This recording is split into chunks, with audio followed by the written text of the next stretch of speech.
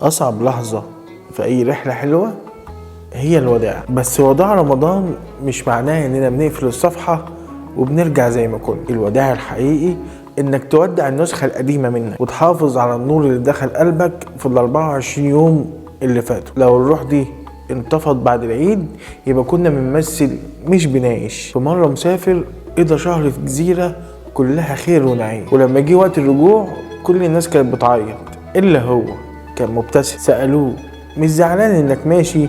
قال لهم أنا مش ماشي لوحدي، أنا مالي جيوبي بذور من شجر الجزيرة دي وهروح أزرعها في بيتي عشان الجزيرة تعيش جوايا طول السنة. رمضان هو الجزيرة دي، الصلاة والهدوء وجبر الخواطر السكينة دي البذور اللي المفروض تاخدها معاك وانت ماشي. الشطارة مش انك تعيط وانت بتودع، الشطارة انك تزرع البذور دي في يومك العادي بعد رمضان. بلاش تخلي الروحانيات موسم وخلص، خليك انت الموسم اللي ما بيخلص. حافظ على البذرة اللي زرعتها وعيش طول السنة بسكينة وبهجة. سكينة وبهجة مع محمد طارق، يوميا 5:00 مساء.